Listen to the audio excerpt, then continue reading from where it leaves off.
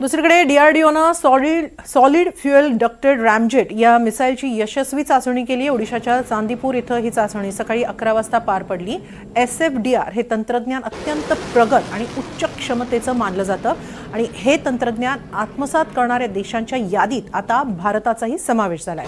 हे तंत्रज्ञान घन इंधन आणि वातावरणातील ऑक्सिजनचा वापर करून क्षेपणास्त्राला आवाजाच्या वेगापेक्षाही जास्त गती देतं।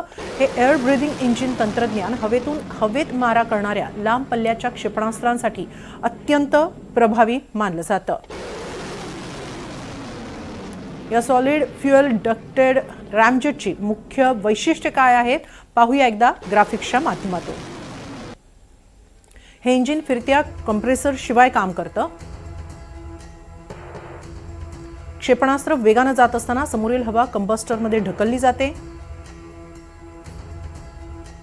घन इंधनासोबत मिसळून जळतं।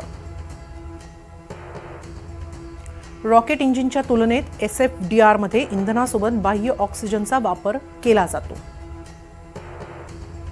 त्यामुळे इंजिन हलकं राहतं आणि जास्त इंधन वाहून नेण्याची क्षमता त्याला मिळते। हे तंत्रज्ञान क्षेपणास्त्राला मॅक 3 पेक्षा जास्त गती मिळवून देतं।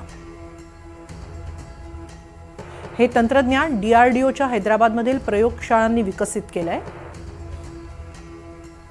पारंपरिक रॉकेटच्या तुलनेत हे जास्त कार्यक्षम आहे आणि क्षेपणास्त्रांची रेंज वाढवतं।